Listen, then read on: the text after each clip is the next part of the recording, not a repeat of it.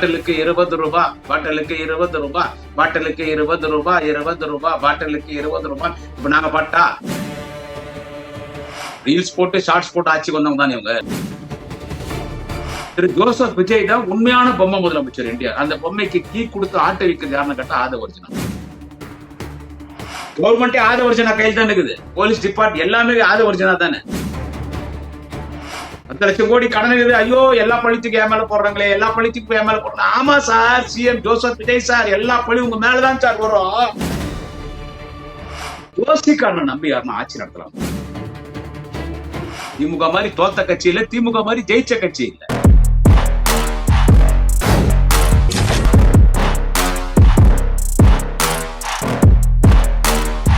டயா booster சுகரை control பண்ணும், உங்க ஆரோக்கியத்தை மீட்டு தரும். சர்க்கரையை கட்டுப்படுத்துறதுக்கான எளிமையான வழிமுறை, இயற்கையான வழிமுறை. அனைத்து மருந்து கடைகளிலும் கிடைக்கும். மதிமுகம் நேயர்களுக்கு வணக்கம். அரசியல் திண்ணை நிகழ்ச்சிக்கு வரவேற்பது நான் சிலம்புச்செல்வி. இன்று நம்மளோடு இணைந்திருக்கிறார் திமுகவின் நட்சத்திர பேச்சாளர் குடியாத்தம் குமரன். வணக்கம் சார். வணக்கம், வாழ்க. விஜயோட தலைமையிலான தாவேக அரசு 1 மாதம் ஆயிடுச்சு. இது எப்படி பாக்குறீங்க? நீங்க தான் சொல்லணும் எப்படி பாக்குறேன்னு சொல்லிட்டு. எப்படி இந்த 1 மாசத்துல ஒரு நாளும் ஒரு பிரச்சனை. முதல்ல சட்ட ஒழுங்கு கெட்டு போச்சு. சட்ட ஒழுங்கு சரியில்லை. பெண்களுக்கு நான் பாதுகாப்பு கொடுப்பேன் அப்படின்னு சொல்லி ஆட்சிக்கு வந்த சிஎம் திரு ஜோசப் விஜய் அவர்கள் எத்தனை பெண்கள் பாலியல் பலாத்காரம் செய்யப்பட்டிருக்கிறார்கள், பாலியல் பலாத்காரம் செய்து கொலை செய்யப்பட்டிருக்கிறார்கள். தாவேகா பெண் நிர்வாகிக்கே பாலியல் தொல்லை. வீரபாண்டியில ஒரு தாவேகாவின் முக்கிய நிர்வாகிகள் எப்படி பொள்ளாச்சி சம்பவத்தில் 100 பெண்கள் பாலியல் பலாத்காரம் செய்யப்பட்டு எவ்வளவு கொடுமை அங்கே செய்யப்பட்டது பொள்ளாச்சி சம்பவம். அந்த மாதிரி தாவேகாவிலே ஒரு நிர்வாகி வீரபாண்டியில 50 பெண்களுடைய ஆபாச படக்கை வைத்துக் கொண்டு நண்பர்களுக்கு விருந்து வைத்திருக்கிறான். அதே மாதிரி திருட்டு, கஞ்சா கொடிகட்டி பறக்குது. கஞ்சா கொடிகட்டி பறக்குது. எங்க குடியாத்துல நான் கூட்டு போய் காட்டுவேன் எங்க கஞ்சா வைத்திருக்கிறாங்க. கஞ்சா கொடிகட்டி பறக்குது. திருட்டு, ரவுடித்தனம், என்னென்ன சொல்றது, எல்லா சட்ட ஒழுங்கு பிரச்சனை, மின்வெட்டு பிரச்சனை. பாட்டிலுக்கு 10 ரூபான்னு முதலமைச்சர் திரு ஜோசப் விஜய் அவர்கள் பாட்டு பாடினார். கரூர்ல 41 பேர் இறந்து போனாங்களே அந்த கூட்டத்துல. இப்ப பாட்டிலுக்கு 20 ரூபாய் நாங்க பாடினோம். பாட்டிலுக்கு 20 ரூபாய், பாட்டிலுக்கு 20 ரூபாய், பாட்டிலுக்கு 20 ரூபாய், 20 ரூபாய், பாட்டிலுக்கு 20 ரூபாய். இப்ப நாங்க பாட்டா பாட்டிலுக்கு 20 ரூபாய். அமைச்சர்களே போறாங்க. அமைச்சர்களே டாஸ்மாக் கடைக்கு போறாங்க. அதாவது அங்க போய் செக் பண்றதுக்கு துணை சபாநாயகர் போறாரு, ஓடுறாரு டாஸ்மாக் கடைக்கு. அங்க போன உடனே பாட்டிலுக்கு 20 ரூபாய் வாங்கினாங்கன்னு அவர்கிட்ட கம்ப்ளைண்ட் பண்றாங்க. யார்கிட்ட? துணை சபாநாயகர்கிட்ட கம்ப்ளைண்ட் பண்றாங்க, அமைச்சர்கிட்ட கம்ப்ளைண்ட் பண்றாங்க. 10 ரூபாய் வாங்கினாங்களான்னா 10 ரூபாய் இல்ல 20 ரூபாய் வாங்கினாங்க. அப்ப 10, இப்ப 20. ஆனா மதுவிலக்குத்துறை அமைச்சர் என்ன சொல்றாருன்னா, திமுக கொண்டு வந்திருக்காங்க இந்த பாட்டிலுக்கு 10 ரூபாய், இத ஒழிக்கிறதுக்கு எங்களுக்கு இன்னும் ரொம்ப நாள் ஆகும் அப்படின்னு அவர் தரப்புல இருந்து சொல்றாரு. நீங்க மினிஸ்டர்ங்க, அவர் மதுவிலக்குத்துறை அமைச்சர். எனக்கு அமைச்சருக்கு பேர்லாம் தெரியல, எனக்கு தெரியாது. எனக்கு இப்போ அந்த மதுவிலக்குத்துறை அமைச்சர் சொல்றாருல, திமுக கொண்டு வந்தாங்க 10 ரூபாய், எங்க ஒழிக்கு இன்னும் கொஞ்ச நாள் ஆகணும். அதனாலதான் சார் உங்களுக்கு ஓட்டு போட்டாங்க. நான் உங்க ஸ்டைலே வரேன் சார். திமுக பேச்சாளர் நான், திமுகவே பேசுறவன், எந்த நிலையிலும் திமுக பேசுறவன். இப்ப எங்களெல்லாம் எப்ப கைது பண்ணலாம் துடிச்சுட்டு இருக்கான் டிவிக்கு.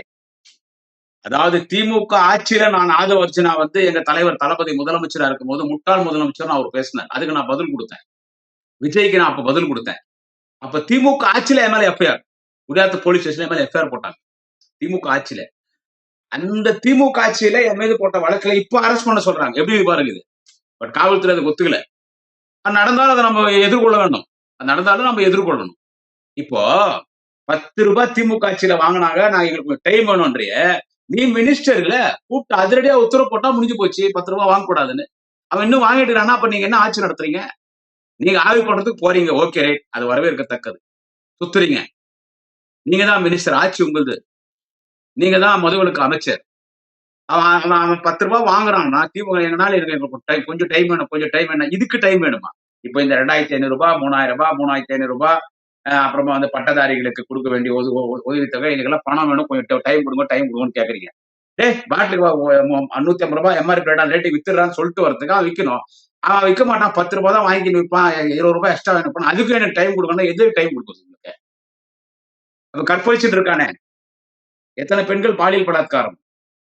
அதுக்கு இன்னும் கொஞ்சம் டைம் கொடுங்க. இன்னும் கொஞ்சம் நிறைய கற்பழிப்பாங்க. இன்னும் கொஞ்சம் டைம் கொடுங்க. அவங்க சரி பண்ணி அதுலயும் கொஞ்சம் தான் கற்பழிப்பாங்க, கெடுப்பாங்க. கரெக்ட்டா பண்ணுவாங்க பொம்பள பசங்கட்ட. பாலியல்த்துல குடுப்பாங்க. கொஞ்சம் டைம் கொடுங்க. அது நடந்துன்னு தான் இருக்கும். ஒண்ணும் செய்ய முடியாது. டைம் ஆவ ஆவ நாங்க குறைச்சுக்குவோம்னு சொல்ல முடியுமா? கொலை நடக்குது என்ன?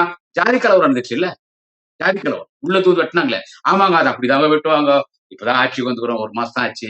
இந்த 5, 6 மாசம் கொஞ்சம் டைம் கொடுங்க. அது அந்த மாரி வெட்டியே தான் இருப்பாங்க. 5, 6 மாசம் நான் கொஞ்சம் அப்படியே சரி பண்ணுவேன்னா, அப்ப எத்தன பேர் சாவோம்? ஒரு நாள் போதும். எல்லாத்தையும் சரி பண்றது. ஒரு நாள் முதல்வன் போல் எங்கள் தலைவர் விஜய் ஆட்சி செய்வார்னு சொல்லி தானே ஓட்டு கேட்டீங்க. இத நான் சத்தியமா சொல்றேன் சகோதரி. நான்லாம் ஒரு வருஷமே பேசக்கூடாதுன்னு இருந்தேன். வேற பேசுவோம். இந்த ஆட்சிய பத்தி தொடக்கூடாதுன்னு இருந்தேன். இப்ப அண்ணன் தளபதி அவர்கள் பேசுறார். அவர் ஆதாரத்தோட பேசுறார். எதிர்க்கட்சி தலைவர் அண்ணன் உதயநிதி ஸ்டாலின் அவர் ஆதாரத்தோட பேசுறார். இப்ப எல்லாரும் பேசும்போது நம்ம பேசிதான் ஆகணும். ஆனா நேத்து நடந்த தாவேகா மாற்றுக் கட்சியினர் இணையும் விழால என்ன சொல்லியிருந்தாங்கன்னா, அமைச்சர் ரமேஷ் அவர்கள், உதயநிதி என்ன சுதந்திர போராட்ட தியாகியா? அவர் இப்படி பேசலாமா? அப்படின்னு ஒரு காட்டமான விமர்சனத்த வச்சிருந்தாரு. இந்த அளவுக்கு விமர்சனம் பண்ணியிருந்தார் ரமேஷ் அவர். இத பத்தி எப்படி பார்க்குறீங்க? நம்ம முதலமைச்சர் திரு ஜோசப் விஜய் சுதந்திர போராட்ட தியாகியா? திரு ஜோசப் விஜய் சுதந்திர போராட்ட தியாகியா? சொல்லுங்க. அவர்லாம் சுதந்திர போராட்ட தியாகியா? தமிழ்நாட்டு மக்களுக்கு என்ன பண்ணாரு அவர் முதலமைச்சர் ஆவறதுக்கு முன்னால? கொரோனால எங்க போனாரு? கொரோனால எங்கெங்க போனாரு அவரு? சரி. ஒரு பெரிய வெள்ளம் வந்துச்சு சென்னையில ஏடிஎம் கட்சியில. எங்க போனாரு? என்ன பண்ணாரு? என்ன பண்ணாரு அவரு? எதுக்கு என்ன பண்ணியிருக்காரு? அவர் சுதந்திர போராட்ட தியாகியா? சினிமால இருந்தாரு. இப்ப நீங்க பேசினா நாங்க பேச வேண்டியதா இருக்குல்ல. சினிமால இருந்தாரு. சினிமா ஸ்கிரீன்லயே கட்சி ஆரம்பிச்சாரு. சினிமா ஸ்கிரீன்லயே கொடி அறிமுகப்படுத்தினாரு. சினிமா ஸ்கிரீன்லயே மாநாடு, பொதுக்கூட்டம், தேர்தல் பிரச்சாரம் நடத்தினாரு. சினிமா ஸ்கிரீன்லயே முதலமைச்சர் ஆனாரு. சினிமா ஸ்கிரீன்லயே முதலமைச்சரா இருக்கிறாரு. சினிமா ஸ்கிரீன்லயே எல்லா சட்ட ஒழுங்கு பிரச்சனை, பெண்களுக்கு பாதுகாப்பு இல்ல, கஞ்சா, அபீனு, அரையனு, கொலை, குத்து, ஜாதி கலவரம் எல்லாம் சினிமா ஸ்கிரீன்லயே நடந்து நிக்குது. ஏன்னா அவரும் என்ன பண்ணிட்டாரு? நீங்க உதயநிதியை சொல்றீங்களே. அவர் 5 வருஷம் துணை முதலமைச்சர். அவர் 5 வருஷம் அமைச்சரா இருந்தாரு. துணை முதலமைச்சரா இருந்தாரு. அதுக்கு முன்பு அவர் 20 வருஷமா முரசொலி அறக்கட்டளை தலைவரா இருக்கிறாரு. அது ஒரு மிகப்பெரிய பதவி. தலைவர் கலைஞருடைய மூத்த பிள்ளை முரசொலி. முரசொலி அறக்கட்டளை தலைவரா இருந்தாரு. இளைஞரணி செயலாளர். நாடு முழுக்கும் போயிருக்காரு. அவருடைய பிரச்சாரம் பெரிய அளவுல ஈடுபட்டுச்சு. அதிமுக ஆட்சியில நாங்க 39 ஜெயிச்சோம். அதிமுக ஆட்சியில 39 ஜெயிச்சோம் பார்லிமெண்ட்ல. ஆல் கிரெடிட் கோஸ் டூ அண்ணன் உதயநிதி ஸ்டாலின். அவர் மக்களோட இருக்கிறாரு. மக்களோட வராரு. மக்களோட போறாரு. What about honourable CM Joseph Vijay? அவர் மக்களோட இருக்கிறாரா? சோ உதயநிதி ஸ்டாலின் பெரிய சுதந்திர போராட்ட தியாகியானா ஓகே. எல்லா யங்ஸ்டர்ஸ் மினிஸ்டரா வந்துறாங்க. சின்ன பசங்க நான் பேச வரல. ஏன்னா சின்ன பசங்க வரணும். இளைய தலைமுறை வரணும். அத நான் சின்ன வயசுல இருந்து விரும்பினவன். நான்லாம் அரசியல் வரும்போது 16 வயசு சகோதரி எனக்கு. 16 வயசு அரசியல். பெங்களூர்ல இருந்து வரேன் 92ல 16 வயசு. இப்ப எனக்கு 50 வயசு. எத்தன வருஷம் நான் அரசியல்ல இருக்கிறேன். எத்தன வருஷம். இப்ப என்ன மாரி சாதாரண ஆட்கள்னால வர முடியல. ஆனா நாங்க இன்னிக்கும் எந்த நிலையிலும் நாங்க திமுகன்னு இருக்கிறோம். இப்ப அதுல விஜய் வந்து வாய்ப்பு குடுத்திருக்காரு. சிஎம். ரமேஷ் மாரி நெறைய பேர் இருக்காங்க. யங்ஸ்டர்ஸ் எம்எல்ஏ இருக்கிறாங்க. பெண் எம்எல்ஏக்கள், ஆண் எம்எல்ஏ அதெல்லாம் நாங்க வரவேற்கிறோம். அத நான் வந்துட்டு குறை சொல்லி பேச மாட்டேன். ஏதோ ஒண்ணு பேசணும்னு பேசிறக்கூடாது. ஏதோ நம்ம பேசணும். ஏதோ ரீல்ஸ் போடலாம். ரீல்ஸ் போட்டு ஷார்ட்ஸ் போட்டு ஆட்சிக்கு வந்தவங்க தானே இவங்க. ரீல்ஸ் போடலாம். இப்ப எல்லாருமே நீங்க உதயநிதி பேசுறீங்கன்னா, இன்னைக்கு அவர் தான் தலைவர். தெரியுதா? இன்னைக்கு அவர் தான் தலைவர். அவருக்கு அண்ணன் உதயநிதி தான் தலைவர். இன்னைக்கு தமிழ்நாடு அரசியல் எப்படின்னா உதயநிதி வர்சஸ் சிஎம் விஜய். இதுதான் இன்னைக்கு தமிழ்நாடு அரசியல். Udhayanidhi versus CM Vijay. இதுதான் இன்னைக்கு தமிழ்நாடு அரசியலே இதுதான். இப்படிதான் அரசியல் போகும். அவருக்கு 52 வயசு விஜய்க்கு. அண்ணன் உதயாக்கு 47, 48 வயசு ஆகும்னு நினைக்கிறேன். இவரோட 2, 3, 4 வருஷம் பெரியவர் சிஎம். சோ இவங்க 2 பேர். இந்த அரசியல் தான் நம்ம பார்க்கணும். உதயா அண்ணன் இத வந்து ஃபேஸ் பண்ணுவார். ஃபேஸ் பண்ணி இவங்கள வந்துட்டு அடிச்சு மேல வருவார். கண்டிப்பா வருவார். தொடர்ந்து நேத்து மேடையில பேசின ஆதவ் அர்ஜுனா அவர்கள் அடுத்த அதிமுக தாவேக்காதுன்னு சொன்னது மட்டும் இல்லாம அதிமுகன்னு ஒண்ணு அழியல, அதிமுகன்னு ஒண்ணு புதுசா உருவெடுத்திருக்கு, அது தாவேக்கா தான் அப்படிங்கிற மாதிரி தொடர்ந்து அதை ரெஜிஸ்டர் பண்ணிட்டு வந்துட்டே இருக்கிறாரு. மாற்று சக்தின்னு சொன்ன ஒரு தாவேக்கா இப்படி அதிமுக தான் நாங்கன்னு சொல்றத நீங்க எப்படி பாக்குறீங்க? அதாவது அவர் என்ன சொல்ல வர்றாருன்னா, அந்த கட்சிக்கு இப்ப இந்த விஜயனுடைய ஆட்சிக்கு சிஎம் ஜோசப் விஜய் இருக்காரு. அவருடைய ஆட்சிக்கே இப்ப ஆபத்து வரப்போகுது. எவ்வளவு மக்கள் ஒரு அன்போடு, பாசத்தோடு, வெறித்தனத்தோடு விஜய்க்கு வாக்களித்தாங்களோ, அந்த மக்கள் விஜய்க்கு எதிரா திரும்ப போறாங்கன்னா, அதுக்கு விஜய் காரணமா இருக்க மாட்டாரு. மற்ற அமைச்சர்கள் காரணமா இருக்க மாட்டாங்க. இப்ப நீங்க சொன்னீங்கல்ல ஆதவ அர்ஜுனான்னு, அவர்தான் காரணமா. நீங்க வேணா எழுதி வச்சுக்கங்க. நான் ரொம்ப மரியாதையாவே சொல்றேன். முதலமைச்சர் திரு ஜோசப் விஜய் அவர்களுக்கு. உங்களுக்கு அரசியல்ல சும்மா இப்படி சுத்திக்கு போற நேரத்துல இமயமலையோட உயர்ந்துட்டீங்க. ஆனா மிக விரைவில் உங்களை இமயமலை கீழே கொண்டு போய் உங்களை அடிபாதாளத்துல போட போறது யாருன்னு கேட்டா திமுக கிடையாது. திமுக கிடையாது. உங்களோட அமைச்சர் இருக்கிற மற்ற அமைச்சர்களோ எம்எல்ஏக்களோ கிடையாது. ஆதவ அர்ஜுனான்னு கேட்டா அந்த ஒரு நபர் தான். ஆரம்ப காலத்துல உங்களுக்கு விசுவாசியா இருக்கிற அந்த கட்சியினுடைய பொதுச் செயலாளர் அமைச்சர் புஷ்டியானந்தனை கூட நான் சொல்லவில்லை. ஏன்னா அந்த ஆளுக்கு ஒண்ணும் தெரியாது பாவம். ஆதவ அர்ஜுனா இன்னைக்கு யார் தெரியுமா சிஎம் தமிழ்நாடுக்கு? எல்லாரையும் பொம்மை முதலமைச்சர் நாங்க. திரு ஜோசப் விஜய் தான் உண்மையான பொம்மை முதலமைச்சர் இந்தியா. அந்த பொம்மைக்கு கீ கொடுத்து ஆட்ட வைக்கிறது யாருன்னு கேட்டா ஆதவ அர்ஜுனா. இன்னைக்கு தமிழ்நாடுடைய பேருக்குத்தான் just for namesake Joseph Vijay CM of Tamil Nadu. But acting CM is Aadhav Arjuna.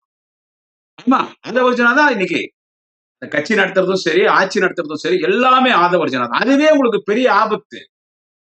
Aadhav Arjuna யாரு நான் சொல்லணும்னு அவசியம் இல்லை. எல்லாருக்கும் தெரியும். ஃபேமிலி பேக்ரவுண்ட்னா அவங்க ஃபேமிலி பேக்ரவுண்ட்னா அவங்க மாமனார் யாரு, அவங்க மாமியார் யாரு, அவங்க மாமியாருக்கு அண்ணன் யாரு, அவங்க மாமனாருக்கு அண்ணன் யாரு, அவங்க மேல என்னென்ன வழக்குகள் இருக்குன்னு இப்ப யூடியூபர்ஸ் எல்லாம் பேசிட்டு இருக்காங்களே. அது ஏன் நான் திருப்பி நானே அத பேசிட்டோம். எல்லாரும் பேசுறாங்கல்ல, எல்லாரும் பேசினுக்கிறாங்க. அதுல அடுத்து நாங்க தான் அதிமுகன்னு சொல்றாருல்ல ஆதவ அர்ஜுனா, நாங்க தான் அதிமுகன்னு. அதாவது என்ன சொல்ல வராங்கன்னா, திமுக அதிமுக தான் 30 வருஷம் தமிழ்நாடு அரசு.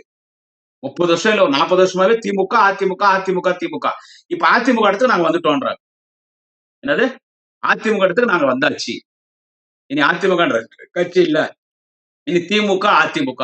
நாங்க அதிமுக. அது சொல்றதே நீ தப்பு. உன் கட்சியை பத்தி நீ பேசு. திராவிட கட்சிகள் நான் ஒழிப்பேன்னு. இப்ப நான் தான் அதிமுகன்ற. பாப்போம், பொறுமையா பாப்போம். இருக்கு. அதாவது தளபதி என்ன சொன்னார் முதலமைச்சர்னா 6 மாசம் நான் உங்களை விமர்சனம் பண்ண போறது இல்ல அப்படின்னு தலைவர் சொன்னார். என்னை பத்தி உங்களுக்கு தெரியும், நான் ரொம்ப ஸ்ட்ராங்கா இருப்பேன் யூடியூப்ல. நானே ஒரு மாசமா பேசல. என்னையே எல்லாரும் கேள்வி கேட்க ஆரம்பிச்சிட்டாங்க. என்ன பயந்துட்டானா குமரன்? ஏன்னா இப்ப எல்லாம் போய் டிவி கட்சியில சேர்றாங்க இல்ல. ஆனா திமுக யாரும் போக மாட்டாங்க. அண்ணா திமுக தான் 1 கிலோமீட்டர் நிக்கிறாங்க சார். 1 கிலோமீட்டர் நிக்கிறாங்கம்மா அந்த பனையூர்ல. அப்படியே முட்டி மோதி சோத்து பொட்டலத்தோட போறாங்க. இன்னைக்கு வரலன்னா நாளைக்கு நைட் எல்லாம் அங்கேயே தங்கி இருக்கிறாங்க. அங்கேயே தண்ணி பாட்டில் வச்சு பிரஷ் பண்ணிக்கிறாங்க. ஆதவ அர்ஜுனா புஷ்கரானந்தம் வந்து அங்க போய் கட்சியில சேர்றாங்க. அதாவது எவ்வளவு கேவலம் ஆயிடுச்சு தமிழ்நாடு அரசியல். ஒண்ணு மட்டும் சொல்றேன், 4 எம்எல்ஏ ரிசைன் பண்றோம். அந்த அம்மா தான் நேத்து லேடி எம்எல்ஏ, அவங்க தான் நேத்து மதுராந்தகம் எம்எல்ஏ அவங்க தான் நேத்து அந்த காஞ்சிபுரத்துல அந்த நிகழ்ச்சி நடத்தாங்க. 4 எம்எல்ஏ சிட்டிங் எம்எல்ஏ ரிசைன் பண்ணிட்டு போறாங்க. அதுவே பெரிய தப்பு. இவங்க ரிசைன் பண்ண அந்த தொகுதி மக்கள் இடைத்தேர்தலை இவங்களை செருப்பால் அடிக்கணும். அந்த 4 பேர் ஓட்டு போடக்கூடாது. நீங்க டிவிக்கே ஓட்டு போட்டு ஆட்சி கொண்டு வந்தீங்க, மக்கள் தீர்ப்பு மகேசன் தீர்ப்பு தலைவனுங்க கூட ஓகே. மக்கள் ஓட்டு போட்டு உன் எம்எல்ஏ தேர்ந்தெடுக்கணும். அதை நீ ரிசைன் பண்ற. நான் அதிமுக இல்ல, நான் விஜய் கிட்ட போக விரும்புறேன், அதனால நான் ரிசைன் பண்ணிடுறேன். இப்ப நான் விஜய் கட்சியில் நிக்கிறேன். அப்ப ரெட்டேலி போட்டால இப்ப நீ எனக்கு விசிலுக்கு போடணும்னா அப்ப மக்கள் அவங்க முட்டாள நினைக்கிறீங்களா? இந்த மக்கள் என்ன முடிவு எடுப்பாரான்னு எனக்கு தெரியல. மக்கள் என்ன முடிவு இப்ப விஜய் ரிசைன் பண்ணாருன்னா 2 தொகுதியில நின்னாரு. நம்ம ஒரு 2 தொகுதியில நம்ம ஒரு தொகுதியில தோத்துட்டா என்ன பண்றது? இன்னொரு தொகுதியில நிக்கலாம. 2 தொகுதியில் நின்னாரு, 2 தொகுதியில் ஜெயிச்சிட்டாரு, ரிசைன் பண்றாரு. நீங்க ஏன்டா ரிசைன் பண்றீங்க? ஏன்னா நான் அந்த கட்சிக்கு போக போறேன். இப்போ நானு அந்த கட்சிக்கு போக போறேன் அப்படின்னு வந்துட்டு நீங்க வந்து ரிசைன் பண்றீங்க. இது என்ன அரசியல் இது? சொல்லுங்க. இது என்ன அரசியல் இது? அப்ப எங்க ஜனநாயகம்? இதான குதிரை பேரம் சொல்றோம். நாங்க குதிரை பேரம் ஆட்சி நடத்தல, நாங்க குதிரை வேகத்துல ஓடணும்னு விஜய் வந்து யாரோ எழுதி கொடுத்து படிச்சாரு அவர் சட்டமன்றத்துல.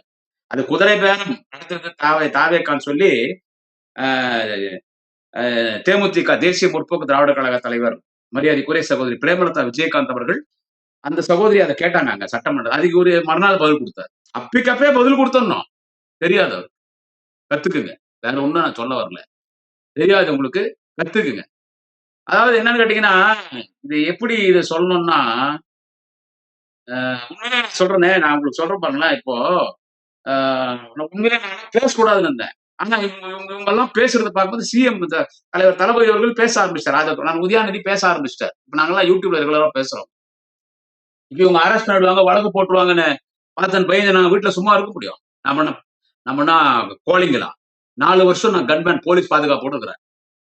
எலெக்ஷன் வச்சு 3ஆவது நாள் எடுத்துட்டாங்க. அந்த எலெக்ஷன் புரோட்டோகால் கொடுக்கக்கூடாது. எனக்கு த்ரெட்டன் இருக்குதுன்னு சொல்லி சிஎம் டைரக்டா ஹோம் டிபார்ட்மெண்ட் சொல்லி நான் போலீஸ் பாதுகாப்போடு இருந்தேன். அப்பவே என் மேல வழக்கு போட்டாங்க குடியாத்துல வழக்கு போட்டாங்க என் மேல. அதையும் நான் சந்திச்சவன் தான். இப்போ இந்த ஆதவர்ஜுனா பேசுறதெல்லாம் பாத்தீங்கன்னு வச்சுக்கோங்க, அவர் மினிஸ்டர் மாதிரி பேசுறாரா? நான் கேட்கறேன். அவரை பத்தி பேசிட்டா மட்டும் உடனே அரெஸ்ட், யூடியூபர் சுத்தி உள்ள போறது, கைது பண்ணலாம், அரெஸ்ட். ஏன்னா கவர்மெண்டே ஆதவர்ஜுனா கையில் தான் இருக்குது. போலீஸ் டிபார்ட் எல்லாமே ஆதவர்ஜுனா தானே. விஜய் சும்மா ஒரு பொம்மை முதலமைச்சர், அவ்வளவுதான். எல்லாமே ஆதவர்ஜுனா தானே. கைது பண்ணா என்ன பண்ணுவாங்க சொல்லு? 3 நாள் 4 நாள் உள்ள இருக்கும். நாங்க பார்க்காதா? ஏடிஎம் பேட்சில் எத்தனை முறை உள்ள போகிறேன். நாங்க பார்க்காதா? For every action there is an equal and opposite reaction. உங்க ஆக்ஷனுக்கு ரியாக்ஷன் இருக்கு. இதுக்கு நீங்க பதில் சொல்லணும். இதை விட்டுட்டு புஷ்பா 2 மாதிரி இது ஆச்சு அப்படின்னு நான் உதயநிதி முதல் நாளே பேசிட்டேன் சட்டமன்றத்தில். அப்படிதாங்க இருக்குது. அப்படிதான் இருக்குது. பிரைம் மினிஸ்டர் போய் பாக்குறாரு சிஎம். 10 நிமிஷம் தான் பாக்குறாரு பிரைம் மினிஸ்டர். அவர் ஒரே 10 நிமிஷம் தான். நீங்க 1 hour பேசலாமே பிரைம் மினிஸ்டர் கிட்ட.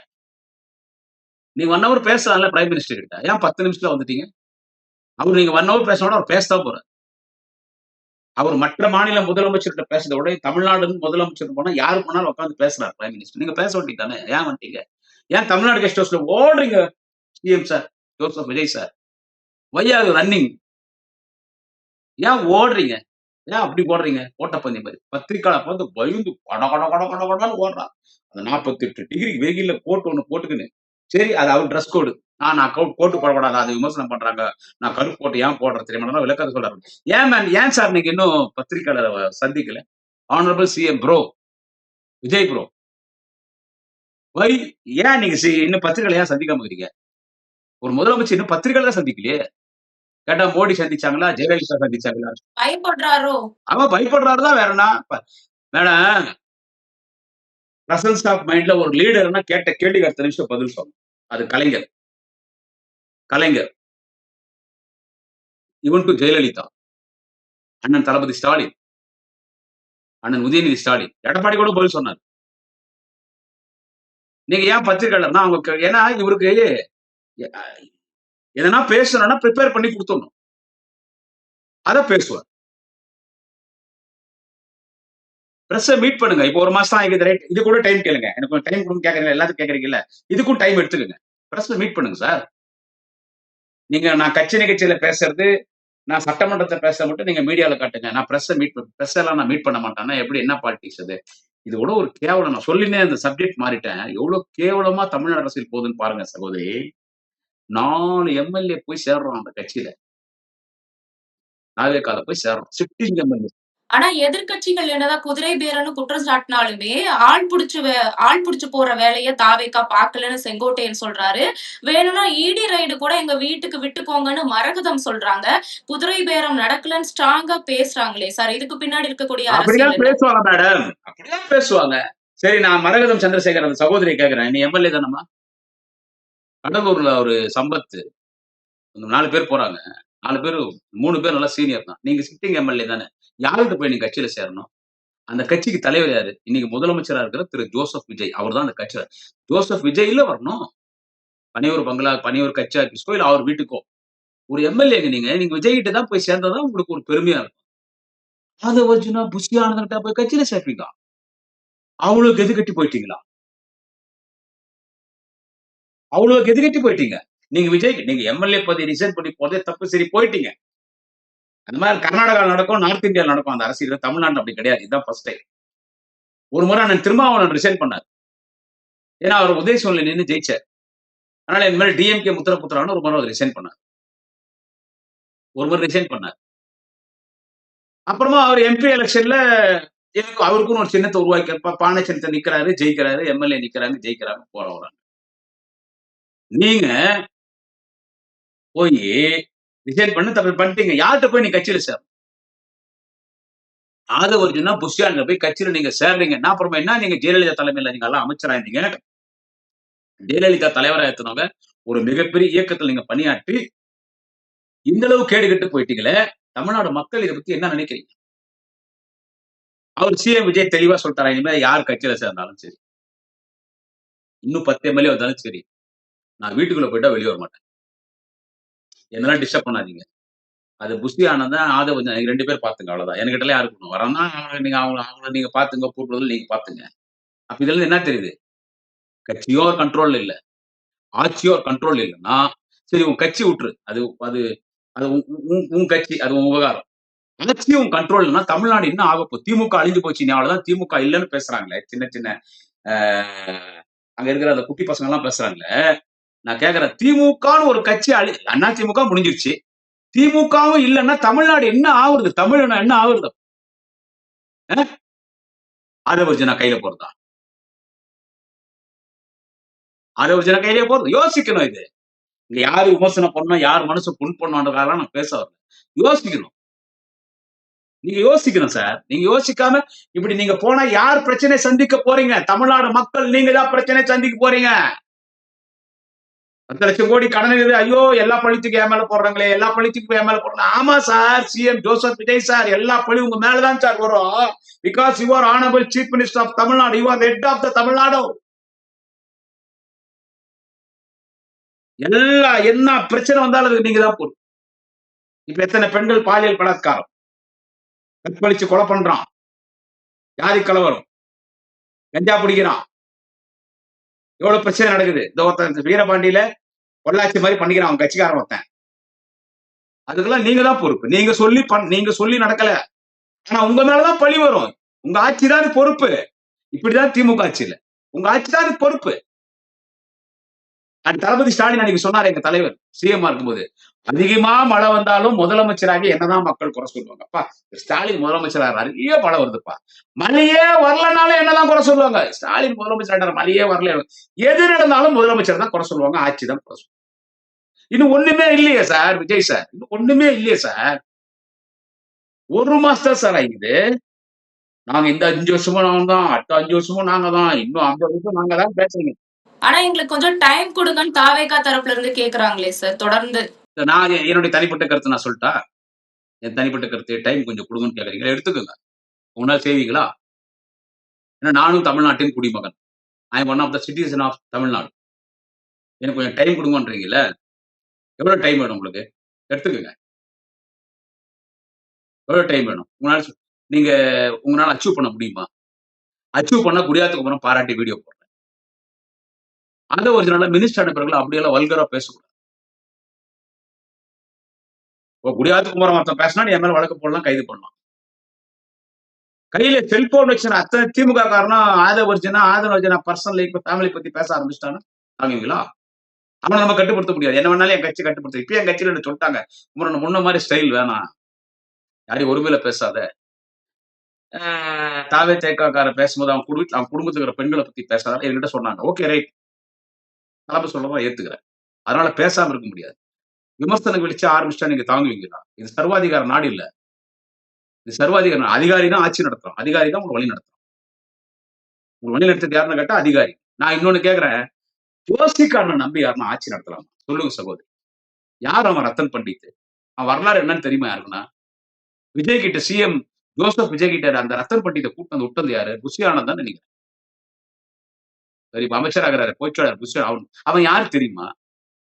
ஜெயலலிதா அவனை செருப்பால் அடிச்சு உள்ள போட்டு இவன் கூட யாரு எந்த தொடர்பை வச்சுக்கூடாதுன்னு பத்திரிகை அறிக்கை வெளியிட்டாங்க அந்த அம்மா செல்வி ஜெயலலிதா. அவன் நம்பர் 1 கேடி. அவன் ஒரு ஜோசிக்காரனும் கிடையாது, ஒண்ணும் கிடையாது. நார்த் இந்தியாலாம் போய் ஏமாத்தனான். ரத்தன் பண்டித் தான். பண்டித்தன்னா அது ஹிந்தி. ஜோசியம், ஜோசிகார பண்டித்தன் வாங்க, ஐர பண்டித்தன் வாங்க, அர்ச்சகர பண்டித்தன் வாங்க. அது ஹிந்தி வார்த்தை. ரத்தன், ரத்தன்ன்றது ஹிந்தி. அந்த ஆள் பேர் ரத்தனவேலோ ரத்தனசாமியும். அதை ரத்தன் பண்டித்தனாக்கி ஊரை ஏமாத்துறது. அவரை ஒரு அரசியல் சிறப்பு ஆலோசகர் அவர் நியமிச்சார். அவர் சொல்றதுதான் இவர் கேட்கிறாரு. இதெல்லாம் எந்த அளவுக்கு எப்படி கரெக்டா இருக்கும்? உங்க அப்பா சந்திரசேகர் கூட இந்த வழி நடத்தினா கூட ஏத்துக்கலாம். அவங்க அப்பா இயக்குனர் சந்திரசேகர், ஏன்னா அவங்க அப்பா தான் விஜய் அரசியல வரணும்னு அந்த விஜய் மக்கள் இயக்கம் என்னென்னலாம் ஆரம்பிச்சு அவர் தான் ஆரம்பத்துல பண்ணாரு. அது பிறகு அப்பா புள்ளி சண்டை வந்துச்சு. சரி அவங்க ஃபேமிலி மேட்டர் விட்டுருங்க. அதாவது அவங்க அப்பா வச்சு ரத்தன் பண்டித் யாரு? இதெல்லாம் எங்க போய் முடியும்னு உங்களுக்கு தெரியுமா? சார் இன்னைக்கு உங்களுக்கு செல்வாக்கு இருக்கு சார். நீங்க ஒரு பெரிய ஸ்டார், நான் இல்லைன்னு சொல்ல. பெரிய ஸ்டார் தான். எப்பவுமே அரசியல் ஒரே மாதிரி இருக்காது. ஒரு அண்ணன் தளபதி ஸ்டாலின் தலைவர் தளபதி அவர்கள் தோத்துட்டாரு.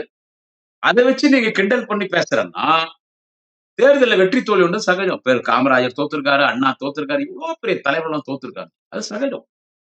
நீங்க எல்லாம் ஜெயிச்சிட்டதான், நீ ஒன்றும் பெரிய ஆள் இல்லை. நீங்க தமிழ்நாட்டுல பவர்ஃபுல் அரசியல் கட்சி தலைவர் அவர் ஒருத்தர் தான் இருக்காரு. 50 வருஷம் உழைச்சி இந்த இடத்துக்கு வந்திருக்காரு. தோத்துட்டாருன்னா போய் வீட்டுல தூந்துக்கினாரா? எலெக்ஷன் ரிசல்ட்ல அவருக்கு ரிசல்ட் வந்துருச்சு. அங்க தாவேக்கா ஜெயிச்சிருச்சு. எங்க இதுல கொளத்தூர் தொகுதியில உடனே கார் ஏறி அறிவாலயத்துக்கு வந்துட்டாரு. யாரா இருந்தாலும் 1 மாசம் வெளியே வர மாட்டாங்க. ஜெயலலிதா எல்லாம் ஆட்சி போய் 4 வருஷம் வெளியவே வரல. கடைசியா 1 வருஷம் தான் அந்த அம்மா வெளியே வந்தாங்க. 10 பொதுக்கூட்டம் பேசினாங்க, சிஎம் ஆயிட்டாங்க. அன்னைக்கு அறிவாலயத்துக்கு வந்துட்டாரு. மறுநாள் தொகுதிக்கு போயிட்டாருங்க. ஜெயிச்சவங்க கூட போல. கொளத்தூர்ல வெற்றி வாய்ப்பு இழந்தாரு. மறுநாளே தொகுதிக்கு போய் நன்றி சொல்றாருங்க.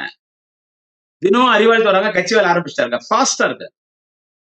நீங்க அவரை போய் என்ன அவ்வளவுதான் கதை முடிஞ்சு போச்சு. உதயநிதி போய் உங்க அப்பாக்கு நீங்க ஆறுதல் சொல்லுங்க, ஆதவர்ஜனா பேசுறதெல்லாம் என்ன வார்த்தை அதெல்லாம். எனக்கெல்லாம் கொலை வெறி கோவம் எனக்கு இப்படி அப்படி வருது இல்லை, நான் அடுக்கி பேசுறேன். ஏன்னா என்ன ஆயிடுச்சு, எனக்கு இலவா வந்துச்சு ஆறுதல் சொல்றது. தேர்தல் நாங்க திமுக மாதிரி தோத்த கட்சி இல்ல, திமுக மாதிரி ஜெயிச்ச கட்சி இல்ல. திமுக மாதிரி தோத்த கட்சி இல்ல, திமுக மாதிரி ஜெயிச்ச கட்சி இல்ல. சோ ஒரு ஆணவத்தோடு அகம்பாவத்தோடு பேசிட்டு இருக்காங்க. இதை நம்ம பார்க்கணும். பொறுமையா என்ன நடக்குதுன்னு பார்க்கணும். ஆணவம்னா நீங்க என்ன பண்ண போறீங்க? சிங்கப்பெண் படை அங்கே திருடு. மகளிர் போலீஸ் ஸ்டேஷன்ல சிங்கப்பெண் அந்த ஸ்டேஷன்ல திருட்டு நடக்குது. பெண் போலீஸே திருட்டு உள்ளவங்களே. அது இதெல்லாமே மீடியா செய்தி, இதெல்லாம் சோசியல் மீடியா செய்தி. சிங்கப்பெண் கொண்டு வந்தீங்க. அதை நான் சிங்கப்பெண், பெண்களுக்கு ஒரு பாதுகாப்பு, பெண்களுக்கு எத்தனை திட்டங்களை கொண்டு வந்தாலும் தலைவணங்கி பாராட்டுகிறோம். அதிலும் பெண் போலீஸை தலைவணங்கி பாராட்டுகிறோம். ஆண் போலீஸோட பெண் போலீஸ் சிறப்பானவர்கள். எங்க வீட்டுல போலீஸ் பாதுகாப்போடு இருக்கிற எங்க வீட்டுல பெண் போலீஸ் அன்னைக்கு டியூட்டி. ஒரு பிஎம்கே காரன் பூரா குடிச்சு விட்டு அவனுக்கு ஒண்ணும் தெரியாத வீட்டுக்குள்ள வந்துட்டான். எக்கச்சக்கமான கலடா பண்றான். ஒரு பெண் போலீஸ் அவன் அடிச்சு படுக்க வச்சு சினிமால தான் பார்த்தேன். அந்த பெண் போலீஸ் அடிச்சு அவனை படுக்க வச்சு இன்ஸ்பெக்டர் வரதான் நான் சட்டையை பிடிச்சி போலீஸ் இன்ஸ்பெக்டர் ஒப்படைச்சாங்க அந்த பெண் போலீஸ். சோ சிங்கப்பெண் நீங்க கொண்டு வந்திருக்கீங்கன்னா நாங்க பாராட்டுறோம். ஏன்னா இருக்கிற போலீஸ்க்கே ட்ரெஸ் மாட்டி விடுறதா. ஏற்கனவே மகளிர் போலீஸ் இந்தியாவிலே முதல் பெண் போலீஸ் கொண்டு வந்தோர் கலைஞர் தான் கொண்டு வந்தார். ஃபர்ஸ்ட் கலைஞர் தான். மகளிர் ஸ்டேஷன் எல்லாம் கொண்டு வந்து நம்ம செல்வி ஜெயலலிதாவும் கொண்டு வந்தாங்க. தளபதி ஸ்டாலின் பெண் போலீஸுக்கு எத்தனை சலுகைகளை கொடுத்தாங்க. இப்ப நீங்க என்ன பண்றீங்க? சிங்கப்பெண் போலீஸ் அது ஓகே ரைட், ரொம்ப பாராட்டுறோம். வரட்டும். பொம்பளைகிட்ட கலாட்டா பண்ற பொம்பளை போலீஸ் விட்டு அடிக்கணும். சவுக்கு சங்கர் அட்டாக் பண்றாங்க, அடிக்கிறது நான் வரவேற்கிறேன். அதுக்கு நீங்க என்ன பண்ண, ஒரு 10,000 புதுசா போலீஸ் எடுக்கிறோம்னு நீங்க ஒரு இன்டர்வியூ கால் பண்ணுங்க. சிங்கப்பெண்ணுக்கு 10,000 போலீஸ் நாங்க புதுசா எடுக்கிறோம். இன்டர்வியூ நல்ல பிசிக்கலா இருக்கிறவங்களுக்கு டெஸ்ட் வச்சு ஒரு 9 மாசம் ட்ரைனிங் கொடுத்து அவங்கள களத்துல விடுங்க. சும்மா ஸ்கூல் கிட்ட, காலேஜ் கிட்ட, ஒரு மக்கள் கூடுற கூட்ட இடத்துல, ஒரு காம்ப்ளெக்ஸ், ஒரு மாலு, ஒரு சினிமா தியேட்டரு, ஒரு கோயில், அந்த இடத்துல அவங்க சுத்தட்டும். எவனா எதனா பண்ணானா மக்கள் மத்தியில் அடிக்கணும் அவனை. பெண் போலீஸ் அந்த சிங்கப்பெண் போலீஸ்ல மக்கள் மத்தியில் அவனை அடிக்கணும். சினிமா மாதிரி ஒரு அறிவிப்புல மட்டும் கோட்டை போட்டு என்ன ஒரு ரேமான் ஷோ கோட்டு மாதிரி நடக்கிறதுனா, அப்படி போறதுன்னா திப்பின்னு ஓடுறது வர்றது, இதுதான் சார் ஆட்சி நடத்தி, இதான் சார் அரசியல். விமர்சனங்கள் வரும் சார், விமர்சனம் வரும். 1 மாசம் ஆயிடுச்சு இவ்வளவு பண்றீங்களா, 1 மாசம் ஆயிடுச்சு இவ்வளவு பண்றீங்கன்னா நீங்க முதலமைச்சர் ஆயிட்டீங்க, ஆட்சி பண்றீங்க, பண்ணதான் செய்வாங்க. பண்ற மாதிரி உங்களுடைய செயல்கள் இருக்கு. உங்க கட்சிக்கார பசங்களுக்கு ஒண்ணும் தெரியல. அவன் போய் சத்துணவாயா மிரட்டுறான் ஒருத்தன். எனக்கு மாசத்துக்கு நீ 100 முட்டை போடுவான். சத்துணவாயா போய் மிரட்டுறாங்க, எனக்கு மாசத்துக்கு 100 முட்டை போடுவான். இன்னொருத்தன் போய் ஸ்கூல் ஹெட்மாஸ்டர் போய் மிரட்டுறான். ரோடு போட்டுனே இருந்தா ரோடு போடுறது நிறுத்தம்ன்றான். ஏன்னா நாங்க ஆட்சி கொண்டு இனிமே நாங்க தான் போடுவோம்ன்றான். அவனுக்கு தெரியல. வீடியோ ஆபீஸ்ல போய் வீடியோ மிரட்டுறான். நான் என்ன சொல்றேன் அதான் நீ செய்யணும்ன்றான். அதிகாரிகள் எல்லாம் திரும்பிட்டாங்கன்னா நீங்க ஆட்சி நடத்த முடியாது. மிஞ்சி போனா நீங்க அவங்களை டிரான்ஸ்பர் பண்ணலாம். அந்த இடத்துக்கு இன்னொரு அதிகாரி தான் வர போறாங்க. அதே மாதிரிதான் போலீஸ் டிபார்ட்மெண்ட். நான் தான் சொல்றேன், ஆளுங்கட்சியில என் மேல 4 கேஸ். மந்திரி போடக்கூடாதுன்றாங்க, மாவட்ட செயலர் போடக்கூடாதுன்றாங்க, போலீஸ் பாதுகாப்போடு இருக்கிறேன். இருந்தாலும் ஒரு டிஎஸ்பி மேல கேஸ் போடுறாரு. அரெஸ்ட் எல்லாம் பண்ணல, எஃப்ஐஆர் போட்டார். ஏன்னா அவர் எஃப்ஐஆர் போடுறாருன்னா, ஒரு வாரத்துக்கு ஒரு முறை என் மேல ஆர்ப்பாட்டம். ஒரு நாள் ஏடிஎம்கே, ஒரு நாள் பிஜேபி, ஒரு நாள் நாம் தமிழர் கட்சி, ஒரு நாள் இந்த டிவிகே கட்சி, சசிகலா ஆதரவாளர்கள். அதனால கேஸ போட்டா நம்ம தப்பிச்சுக்கலாம்னு கேஸ் போட்டுச்சு போலீஸ் மேல. அதிகாரிகளை இப்ப இந்த நடக்கிறதே அதிகாரிகள் தான் வழி நடத்தாங்க. அதிகாரிகளை பகைச்சிக்கணும், அதிகாரிகளை மிரட்டினாலோ அதிகாரி மாறிட்டாங்கன்னா கவர்மெண்ட் நடத்த முடியாது. அதிகாரி மாறிட்டாங்கன்னா கவர்மெண்ட் நடத்த முடியாது. ரொம்ப நன்றி சார். நாங்க கேட்ட கேள்விகளுக்கு ரொம்ப பொறுமையாவும், அழகாவும் பதில் சொன்னீங்க. நன்றி சார். வாங்க.